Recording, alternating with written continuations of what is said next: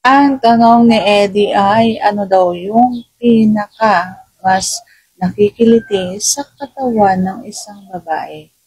Yun daw bang dalawang bundok? Yung pasas ng bulaklak? Yung labi ng bulaklak? O yung pinto daw papasok doon sa bulaklak? So, alin nga ba yung pinaka sasagutin natin yan. Kung interesado ka malaman, please keep on watching para bago yan. Kung bago ka pa lang sa akin channel, please consider to like this video and subscribe my channel.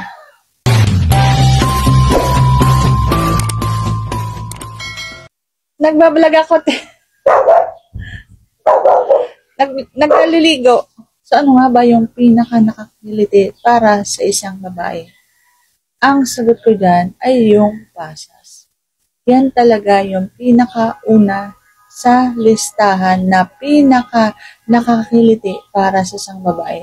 Alam niyo kung bakit? Kasi nandyan yung pinakamarami na pwedeng manulay yung kiliti mula sa labas papunta doon sa pinakakalooban. Kaya mas mabilis malalabasan ang isang babae. Yan yung pinakauna sa listahan. Pero sa mga nabanggit mo, yung mga yan, nabanggit mo, ay nakakiliti din para sa isang babae. Kaya wala kang dapat itira dyan sa pamimilian mo. Merong kiliti ang isang babae sa kanyang bundok, sa kanyang dalawang bundok. Merong kiliti doon sa labi, may kiliti doon sa pasas, may kiliti doon sa pinto ng kanyang bulaklak at may kiliti doon sa pinakaloob. So, kung gusto mong mabilis na lalabasan ng isang babae, lahat yan ay gagalawin mo.